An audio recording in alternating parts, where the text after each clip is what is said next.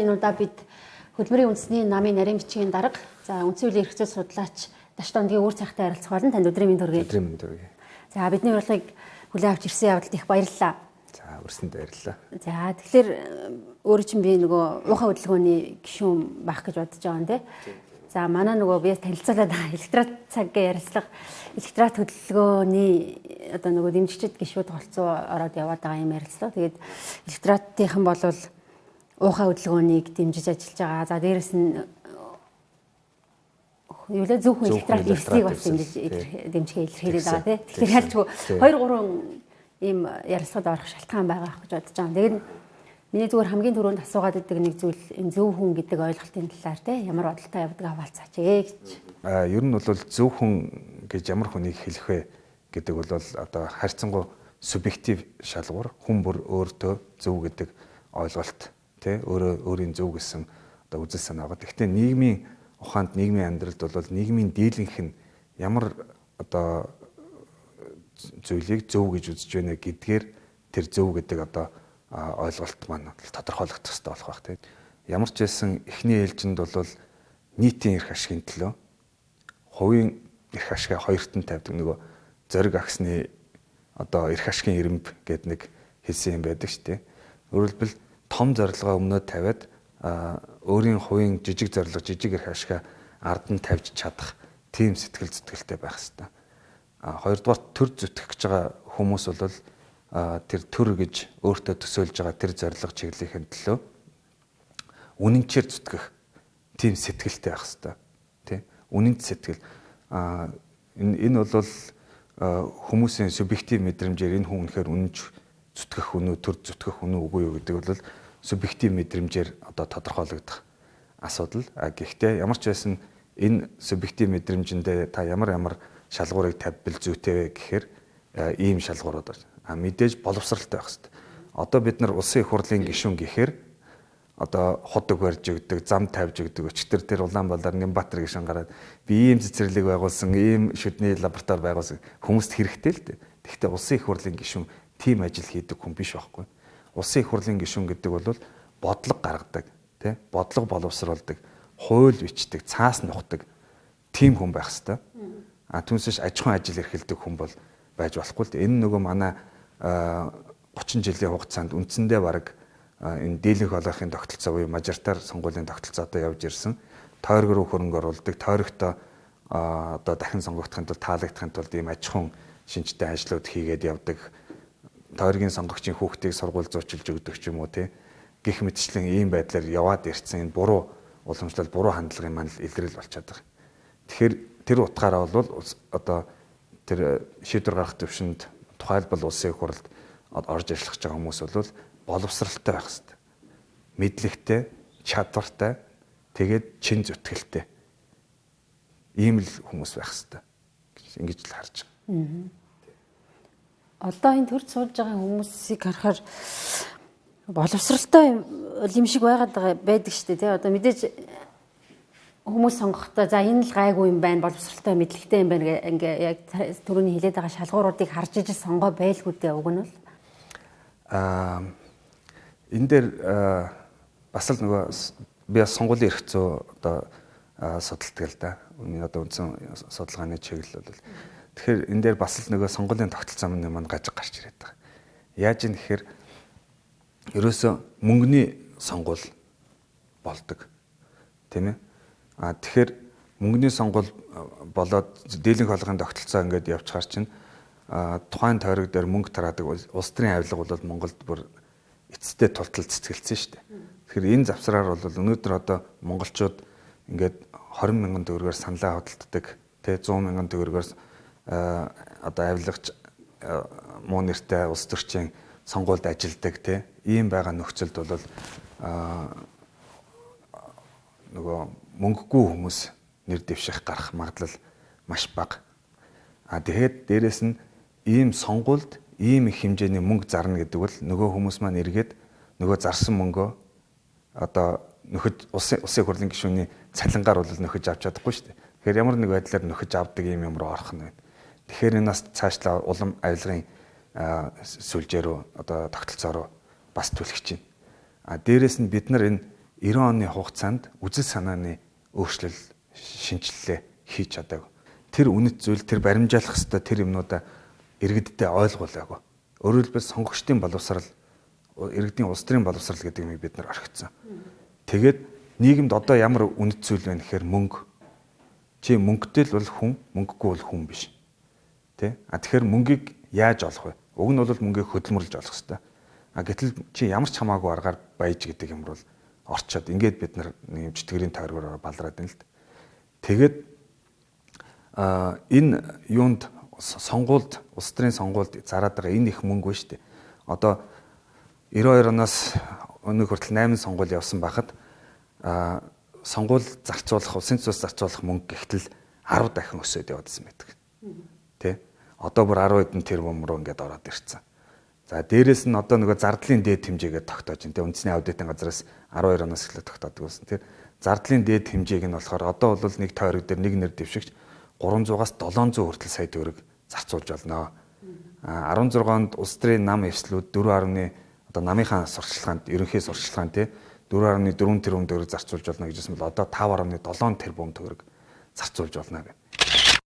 Дашдондгийн үр цайх өмгөөлөгч хууль эрх зүйн магистр 1993-аас 97 онд Шихийн утга хууль зүйн дээд сургууль, 97-аас 99 онд Монгол Улсын их сургуулийн хууль зүйн сургуулийн магистрантур, 2002-аас 6 онд холбооны бүгд найрамдах Герман улсын Бонн хотын их сургуулийн магистрантур, 2006 оноос холбооны бүгд найрамдах Герман улсын Бонн хотын их сургуулийн докторантур. Үндсэн хуулийн эрх зүй, сонгуулийн эрх зүй, улс төрийн эрх зүйгээр мэргэжсэн 2012 оноос De Euro Partners компани гүйцэтгэх партнер, 2015-аас 16 онд Фридрих Эберт сангийн Монгол Улс төлөөлөгчийн газарт хөтөлбөр хариуцсан ажилтан, 2012-аас 15 онд хууль зүйн үндэсний хүрээлэнд бодлогын ахлах судлаач, зөвлөх багш, хуульчдын үргэлжилсэн сургалтын төв эрхлэгч.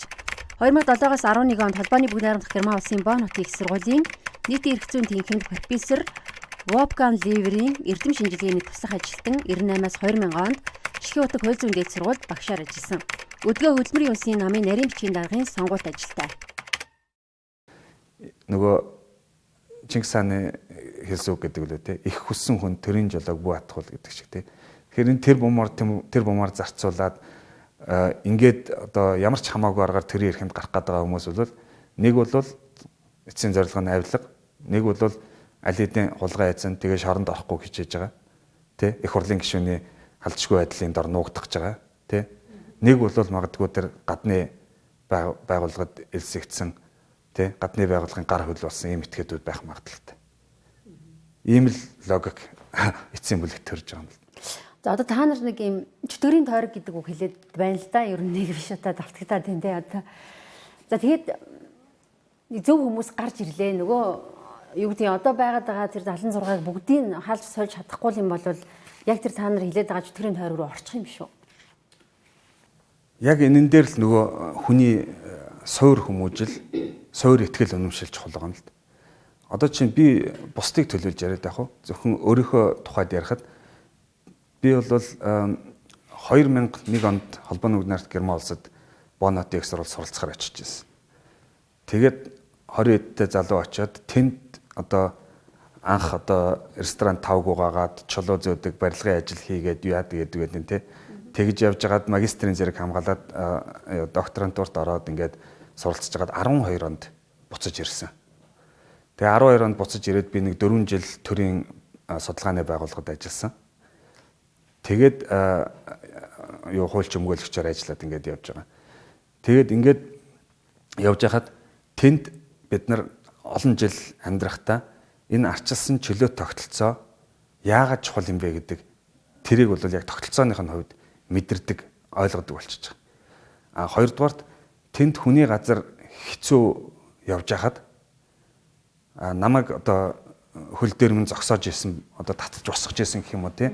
Тэр юм юу гэхээр би эднэр одоо хүний газар юм чи намайг хавчиж хахаад ингээд хэцүү байлаа гэхэд би харих эх оронтой, эрх чөлөөтэй гэдэг тэр мэдрэмж намайг татаж босгож байсан тий. Ямар ч хэцүү үед би болохгүй бол тий харьчин штэ гэдэг. Тэр чи одоо тим юмтай хүн чинь айгүй бяртай байдаг юм байна л да тий. Тэгэхээр тэр агуу мэдрэмж тэр юм маань өнөөдөр алхамаар алга болоод байна л да. Энийг сулруулж исэн энэ тусгаар тогтнолыг алдагдуулж исэн энэ эрхчлөөг хязгаарлаж исэн устгаж исэн энэ бүх юмны их үүсвэр болсон тэр тогтолцоог нураахын төлөө явах ёстой. Тийм. Би одоо зүгээр ажил хийгээд аль нэг даргын цүнх бариад надад одоо янз бүрийн албан тушаал амлаж исэн юмнууд байж л байдаг. Би ямар ч байсан энэ муухай амир орохгүй. Намаг балчиг болчихжээ.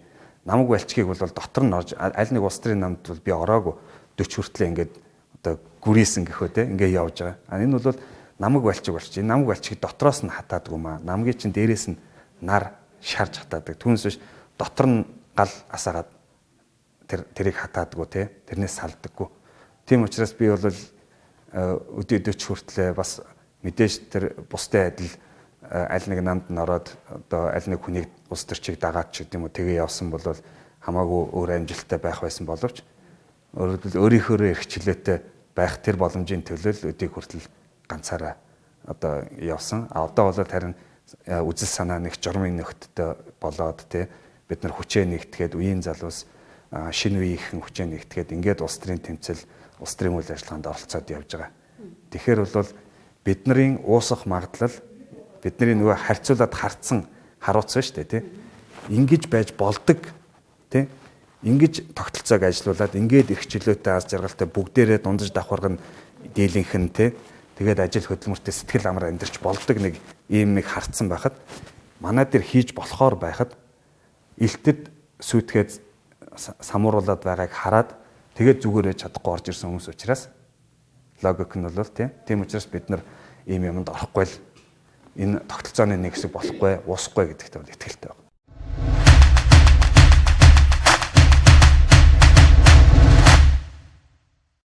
Ер нь зөвхөн өнөөдрийг хүртэл одоо юу гэдгийг нөгөө мартгүй мэрэгчлээсээ чазаагаагүй гэдэг юм уу те. За бас төрлөө янз бүрийн одоо санал тавьж хатан тийшээж ороогүй ийм одоо зарчимтай байхад гол нөлөөлж ирсэн зүйлийг юу гэж хэлэх вэ? Залуу хүн алдах юмгүй байхдаа тэ энэ үгээ хэлж тэмцлээ хийж явах хэрэгтэй.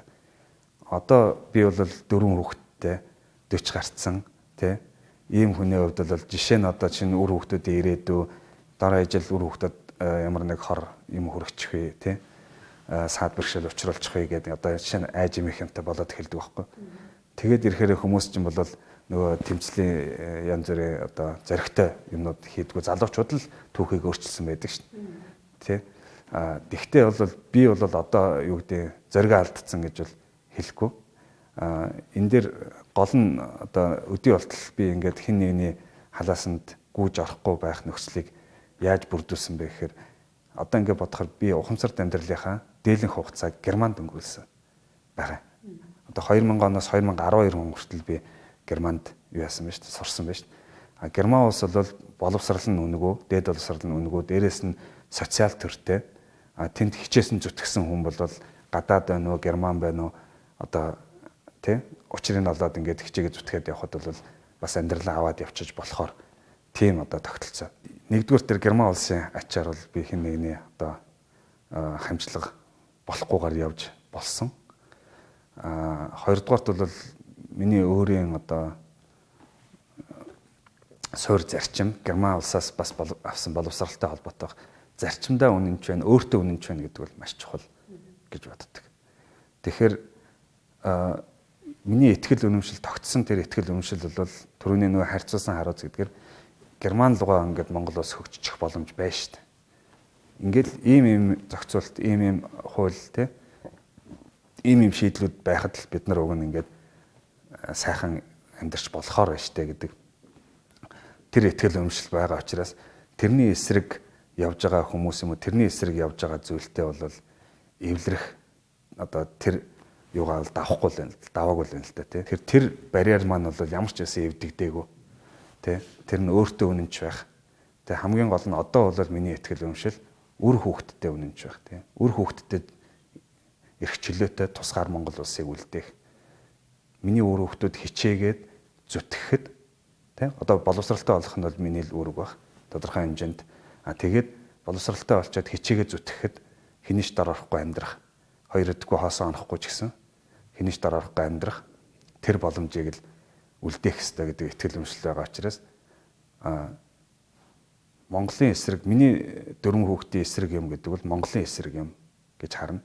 Монголын эсрэг бүхэнтэй бол эцсийн хүртэл дуустал тэмцэнэ гэсэн ийм л итгэл үнэмшил. Тийм учраас одоо бол энэ нэг 40 хүрсэн эр хүнд бол нэг өөрчлөгдөд байхгүй л байна л та. Одоо жишээлбэл зарим улс төрчид гэхүү те одоо сонгогчд боловсроод ямар шаардлага байдаг юм бэ гэж тайлбарлаж байгаа юм л да те.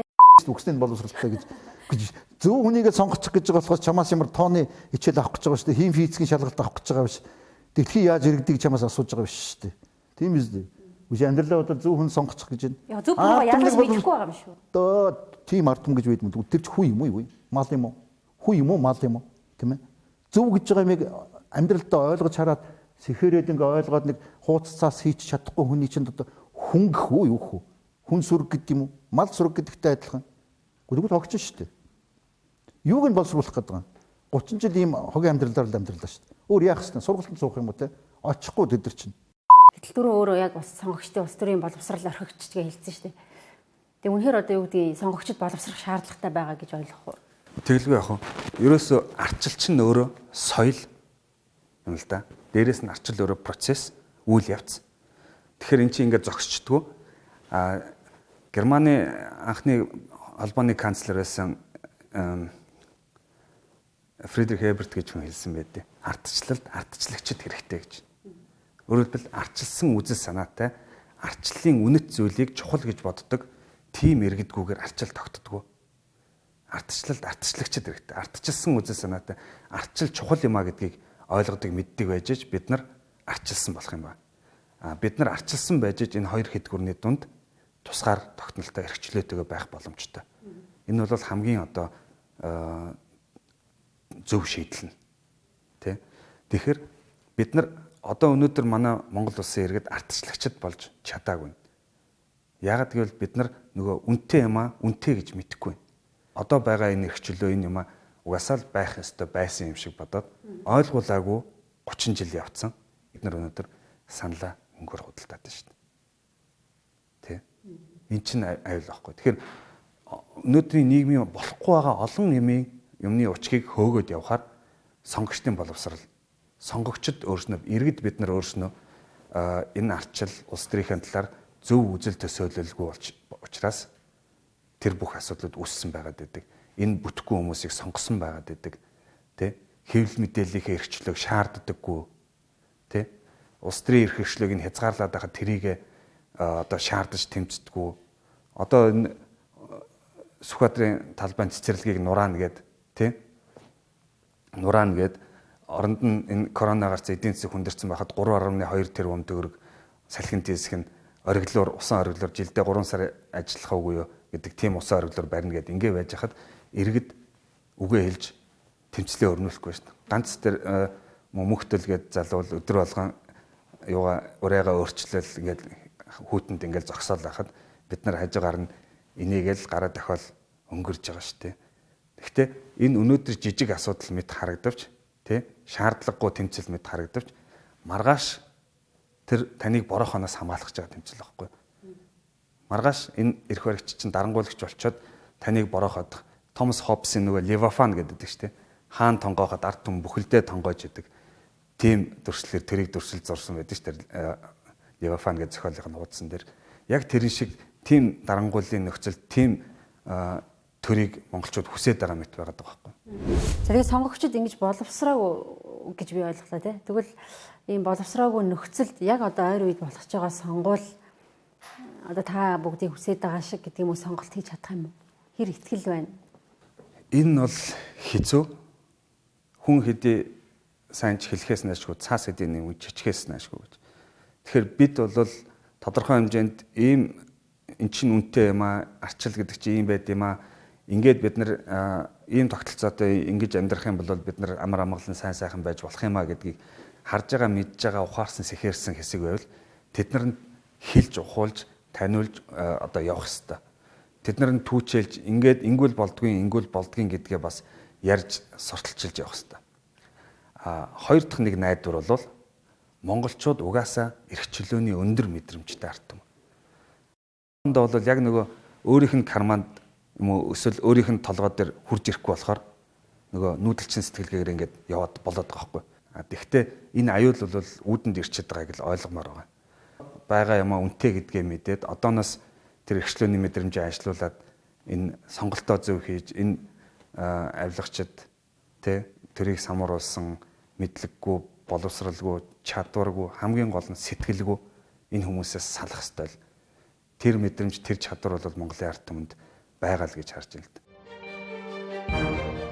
Өнөөдрийн Монгол өөрчлөлт, сонгуулийн хувьсгал, хариуцлага, зөвхөн дэмжих электорат цаг. Залуу хүн улс төрд байхын давуу талыг юу гэж харддаг юм? Одоо залуу хүн улс төрд орвол ямар байх вэ гэдэг утгаар биш. Бид нар улс төрд орвол яах вэ гэдэг утгаар хариулах юм бол илүү зөв болох байх гэж байна. Тэгэхээр бол бид нар улс төрд орох юм бол бид нар шийдэлтэй. Тэ? Өөрөөр хэлбэл түрүү хэлсэн шүү дээ, харьцуулсан харуулц гэх тэ. Хөгжсөн одоо явж байгаа улсуудын тогтолцоо ингэж ажилтг юм байна. Энийний алдаа дутагдал нь тэр юм байна. Оноо нь тэр юм байна. Бидний алдаад байгаа нь энэ юм байна. Оноод байгаа нь энэ юм байна. Тэ? Энийг ингэж засах юм байна. Ингэжээж эн чинь ажиллах юм байна гэдэг тодорхой шийдэлтэй ингээ харьцуулж хараад өөрсөндөө дүгнсэн тэрийгээ бас боловсруулсан хамгийн гол нь тийм хүмүүс байгаа учраас одоо ирээдүйд гарах шийдвэр нь бол хүнийхээ төлөө, монгол хүний төлөө, монгол хүний нүдний галыг сэргээх тэр шийдвэрүүдийг гарганаа л гэж итгэж байгаа. Дор ажил хотын төвжирэл хотын төвжирэл гэхэд тэр чинь ямар их нөөц болцоог Монгол улсын нөөц болцоог шатааж байна вэ? Тэрийг шийдэх шийдэл жишээ нь байгаа шүү дээ. Маш амархан шийдэж болно. Тэгтэл тийшээ тэрийг шийдэхгүй ийм нөгөө нэг одоо энэ төрлийн бодлогыг бол нөгөө нэг Ромын пап Цезар хоёр яриа суужсэн гэж тэ. Та энэ хүмүүсийг тэнэг байлга, би энэ хүмүүсийг ядуу байлгая. Тэгээд хоёулаа хамтраад захирий гэж тэ. Яг л тэгээд байгаа юм шиг л Монголыг бүр илт хорлоод байгаа юм шиг ийм улс төрийн бодлого ийм үйл ажиллагаар бидэд 30 жил явчлаа шүү дээ. Улс төрд ороод бас нэг удаагүй байх тий. Хөдөлмөрийн үсгийн намд бол өнгөрсөн жил баг илсэн бах гэж бодоод байна. Тий. Тэгээд ийм одоо юу гэдэг улс төрд одоо орсон хугацаа богино гэх үү. Тэгээд нөгөө маш олон хугацаанд энэ улс төрд суудсан ийм хүмүүстэй өрсөлдөх гээд байна. Тэгээд энэ одоо юу гэдэг улс төрд орсон хугацаагаа харах юм бол тий одоо ер нь хэр хэцүү байна. Тэр хүмүүстэй өрсөлдөх нь одоо хэр боломжтой зүйл гэж харж байна.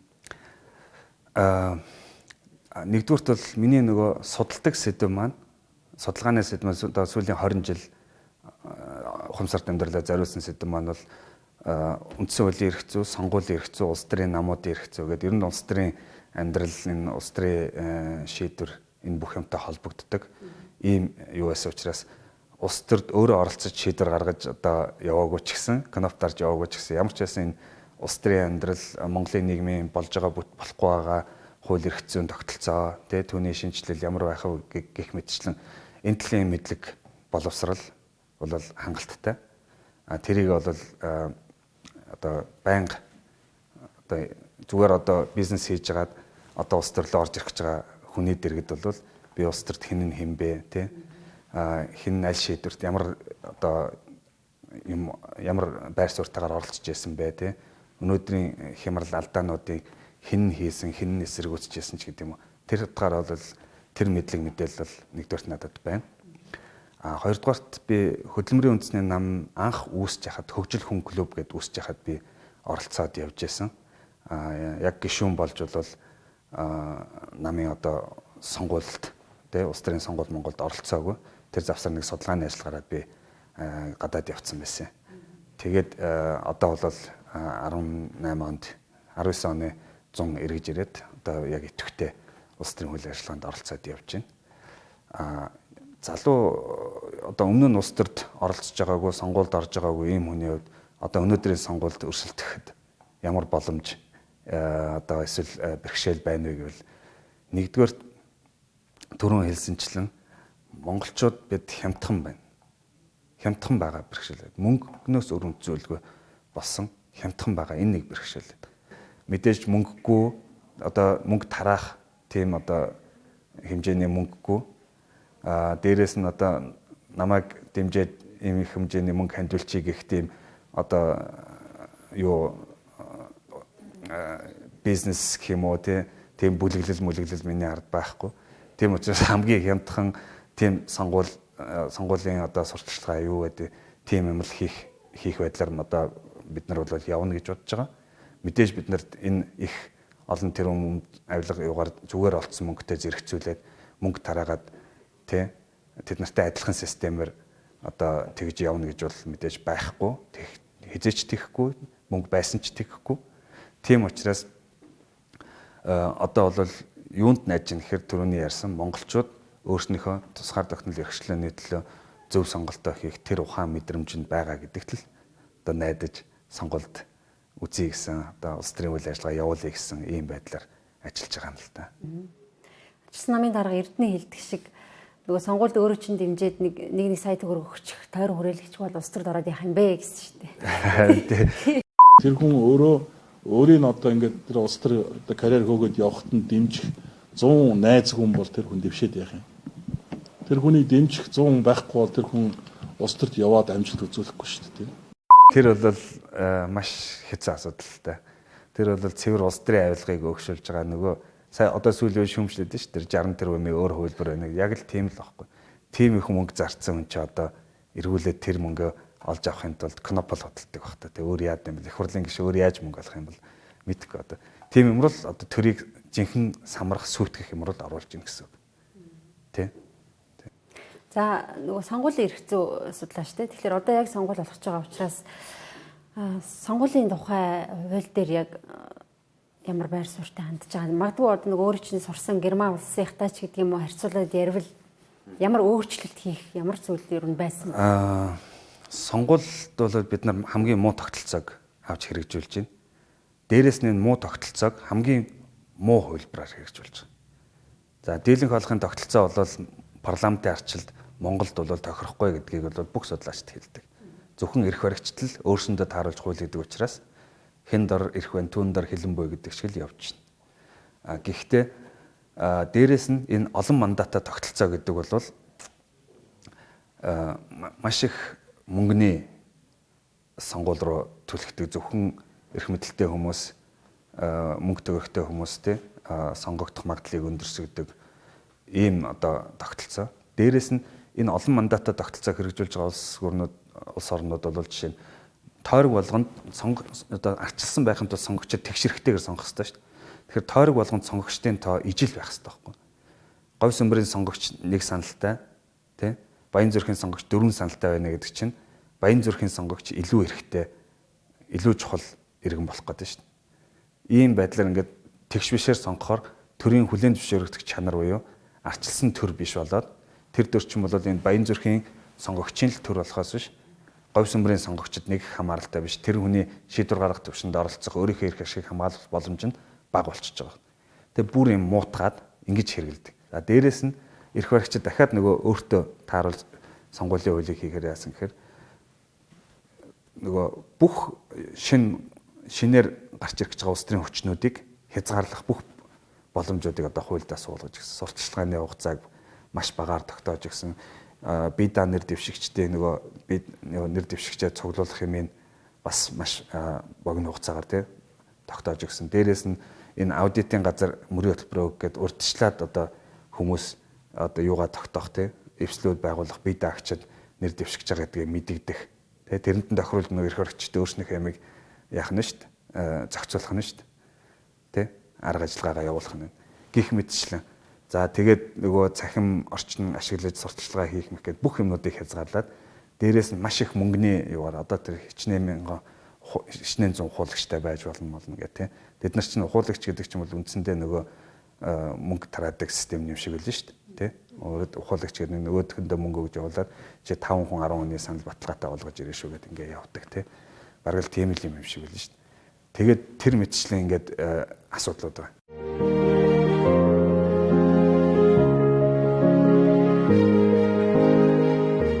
зөв хүнээ дэмжих электорат хөдөлгөөн. Түрүү ярианд ч бас нэг дурддагдаад байсан нөгөө дарангуул руу ер нь нэг явах гад байх хандлагатай одоо дуртай гэх юм уу те монголчуудын нэг юм хандлага байгаа ч те одоо юу гэдэг нэг ийм чанга гараар удирдуулах дуртай те одоо социализмын үед бид нэр их сайхан байжээ гэдэг нэг ийм хандлага одоо байгаад байдаг шүү дээ. Тэгээ ялангуяа ерөнхийлөгчийн засаглалтаа болж ч гэдэг юм уу нэг ийм зүйл рүү ер нь ингээд хэлбэх гээд байдаг. Тэгээ танаа намынхан бол нөгөө ерөнхийлөгчийг үндсэн хууль зөрчлөө гэж бас үндсэн хууль хандж исэн. Тий. Яг ийм хандлага бол олон нийтийн донд байна ийм үзэл бодол. Гэхдээ энэ бол нөгөө яг өөрснөө ухамсарлаад ойлгоод гаргаж байгаа үзэл бодол биш. Зүгээр л цөхрлөөс үүсэж байгаа үзэл бодол байхгүй. Дэг журам сахилга хариуцлага байхгүй тий. Дээрээ хариуцлага хүлээдэггүй учраас доошоогоо хатуу, дээрээ зөөлөн ийм байгаад ахаар шударга ёс нэхэд дэг журам сахилга хариуцлага нэхэд тэгээд нэр нь хүчтэй нэг л хүн байх хэрэгтэй. Энэ 76 ингээ байхаар өстой балаа юм байна. Гэт ингэж ийм юм руу санаатай бас явуулж байна. Парламентыг зориуд хүчгүй харагдуулдаг, зориуд сулруулдаг тийм одоо хүчин, тийм улс төрчид байна. Гэтэл Монгол улс энэ хоёр улсын дунд тусгаар орших ганцхан боломж нь парламентын ардчлал. Парламентын ардчлалтай байж ижил бид нар олуулаа хэлэлцэж шийдвэр гаргад юмаа гэдэг утгаар бид нар одоо тусгаар тогтнолоо хамгаалж үлдэх юм боломжтой. Тэгэхдээ нөгөө талд нь нөгөө дэг журмгүй байдлыг одоо байдлаас болоод цөхрөөд хүмүүс хүчтэй удирдахч, хүчтэй гар, хүчтэй төр гэдэг юм нэхэд эхлэнгүүт эн чинь би юм аа гэдэг нэг булчинтай нөхөр гарч ирээ те. Чи одоо би юм байгаа, би энэ чи өстой сэлэмдээд өгнө гэдээ худлааж үжиглээд үнэндээ нөгөө нэг том ам араас нь хоосон агаар байлаа гэдэг шиг. Тэгэл нэг тийм худлаад нэг том ирсэн нөхдүүд ингээд би хүчтэй удирдахч байгаа ингээд гарч ирээд байна л та. Гэтэл ард түмэн зүгээр л сахилга хариуцлага дэг журмал хүсэж байгаа. Тэр нь хүчтэй нөхөр гарч ирж тогтоодгүй байхгүй. Хүчтэй нөхрийн хүсэл зоригоор сахилга хариуцлага тогтдгоо. Энийг яаж тогтоог вэ? Эрхцөөт төр гэж юм байна. Бид нар арчилсан байхын нэг үндсэн шинж нь эрхцөөт төртэй байна. Өөрөөр хэлбэл хууль хэлбэрэлтгүй хэрэгждэг, тий? Хүн амьдралаа хуулийн тогтвортой, тодорхой, тий? Амьдралаа тэрэндээ зохицуулаад төлөвлөд аваад явах боломжтой ийм нийгмийг л ийм төрийг л бүрдүүлэх хэрэгтэй байхгүй. Эн чинь хүчтэй төр. Хуультай төр чинь хүчтэй төр. Хуулиар засаглаж ийж, тий? Тэгээд тэр хуулиа тогтоох зөв хүмүүсээ өөрснөө бид нар зөв сонгож гаргаж ирэх хэрэгтэй. Одоо нэг шин сонголт хийхийн тулд ч гэдэг юм уу залуучуудын оролцоо бас байх хэрэгтэй болов гэдэг нэг юм ойлголт байгаад байгаа. Тэгээ тийм болохоор би нөгөө залуучуудын талаарх ойлголтыг хүмүүсээс асуугаад байгаа юм л да. Тэгээ өөрөө чи хувьд одоо энэ орчин үеийн залуучуудын талаар ямар бодолтой байдгийг, за тэгээ залуучууд сонгуул өгснөөр те ямар давуу тал гэдэг юм үүсэх вэ? Одоо нөгөө судалгаагаар манай залуучуудын те 40%, 40 орчим хувийн жилүүд ингэ сонгуульд оролцдог гэдэг нэг юм таагаа шүү дээ. Яг энэ залуучуудын улс төрийн оролцоо дээрээс нь сонгуульд саналаа өгөх сонгуулийн эрхц бол маш муу байгаад байгаа. Энэ нь янз бүрийн хүчин зүйлээс шалтгаалж байгаа. Тэр шалтгааны нь бол одоо яриад явах уу. Хамгийн гол нь өнөөдөр залуучууд сонгуульд саналаа өгч өөрийнхөө ирээдүйд өөрийнх нь амьдрал шүү дээ, тий. Тэрнийхээ төлөө өөрөө шийдвэр гаргаж өөрөө оролцохгүй бол нөгөө ахмадуудынхаа саналаар нөгөө идэвхтэй байдгаар нь ахмадуудынхаа саналаар эсвэл нөгөө нам амд харьяалагдсан тий тэр хүмүүсийн саналаар одоо юугаа ирээдүгөө шийдүүлээд байвал бидний ирээдүй яг л тэр хүмүүсийн л хүслээр одоо бүрдэн тий. Тэгтэл залуу хүн та өөрөө юу хүсэж байгаа? Ямар өөрчлөлт шинжилт, ямар нийгэмд амьдрахыг хүсэж байгаа? Тэрнийхээ төлөө идэвхтэй оролцож саналаа өгөх ёстой. Ардчлагчид хэрэгтэй гэж бид нар хэлсэн шүү дээ. Тэгэхээр одооны залуучууд бол ардчлагчид. Энэ залуучууд бол энэ ардчлалын мэдрэмж те нийгэм ийм байх ёстой. Одоогийн залуучууд бол бидний ах дээд үеийнхэн бол одоо орос хэл дээр л мэдээлэл авдаг гэсэн бол бидний үеийнхэн бол англи, герман, япон юу гэдэг те бас нэг улсын хэл дээр мэдээлэл авч тэр чинь бид нар ч юм сүүлд оюутан болсон онол гадаад хэл сураад ингэж явж байгаа шүү дээ. Одооны залуучууд бол бүр 1 2 дугаар ангиасаа тий бүр сургуулийн наснаас эхсүүлээд дэлхийн энэ мэдээллийн дунд өсөөд тий дэлхийн энэ мэдээллийн дунд өсөөд бидний нөгөө нэг очиж тав гуугааж жагаад нийгэмд нь орж зарим тохиолдолд алдаж эндж жагаад ингээд харж авсан харьцуулж авсан мэдээллийг чинь өнөөдөр нэг клик дараал интернетээс уншиж чадж байна. Тэгэхээр энэ залуучууд бол энэ их мэдээлэл дунд байна. А энэ мэдээлэлээ зөв шүүж зөв одоо мэдээллүүдийг авдаг энэ арга техник бол сурах нь нэгдүгээр чухал. А хоёрдугаар тэр зөв мэдээллээ боловсруулах нь чухал өөртөө. Өөрийнхөө эрх ашигын төлөө, өөрийнхөө одоо нэгдмэл зүйлийн төлөө тий. А тэгээд энэ үндсэн дээрээ бол сонголтоо шийдвэрээ гаргахад бол залуучууд бол ямар ч байсан одоо авилгач, хулгайч, эх орноо худалдчих тий. Ирээдүг нь үгүй хийчих, дарангуулах гэсэн тийм ахар бодолтой тий. Дарангуулаад ганцаараа захирчих гэсэн бодолтой тэр нөхдүүдийг бол илчлээд тэрийг даваад сонголтоо хийж тийм бол бүрэн боломжтой, тийм чадвартай, тийм үеийнхэн гэж харж байгаа. Баярлалаа. Бид хоёрын ярилцах цаг ер нь дуусах байгаа. Тэгээд хууль эрх зүйн улс төрч гэдэг юм ингээ яриад байвал маш өргөн хүрээнд ярьж болох бах. Тэгээ би асуугаагүй өчнөө олон асуултаас үлдээсэн бах. Тэгээд сүүлийн хугацааг үлдээе. Ер нь бол салхи эргэж байна. Монголчууд маань бид түрүү ярьсан хэрсүүчж байна, тий? Яг энэ чигээр ингээ цаашаа бол болохгүй нэ.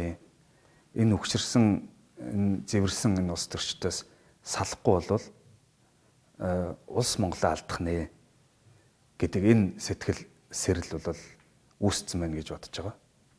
А энийг бол одоо сэхэтнүүд, одоо нийгэм төрийн зүтгэлтнүүд бас өөрчлөе тий.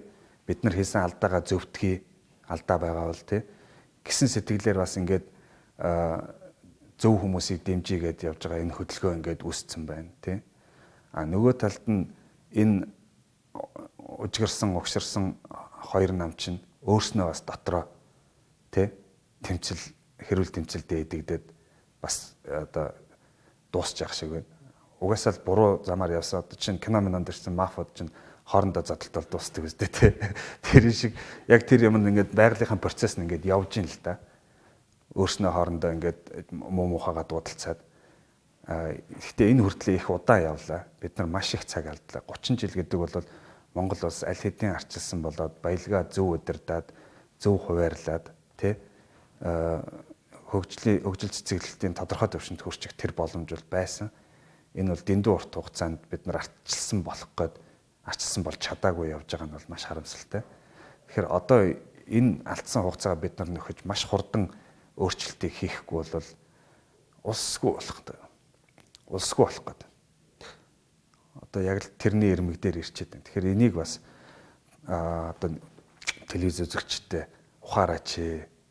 Энэ бол зүгээр би нэг юм хийрхүү нөхөр гарч ирчээд тий хийрхүү нөхөр гарч ирчээд хүмүүст айдас үүсгээд тэгээ завсраар нь өөрөө шургачих гэдэг юм биш ээ. Би одоо чинь шийдвэр гаргах төвшөнд орох юм аа манай нам улс төрийн одоо нөлөөтэй болох нь чухал биш ээ. Хоёр талд маань хоёр авторитар дэглэмтэй улс өнөө мөдгөө нөлөөгөө тогтоох боломжийг хараад тий отоод гэх юм уу бараг л байж байгаа шүү дээ. Тэгэхээр ийм нөхцөлд бид нар хямдхан байж болохгүй.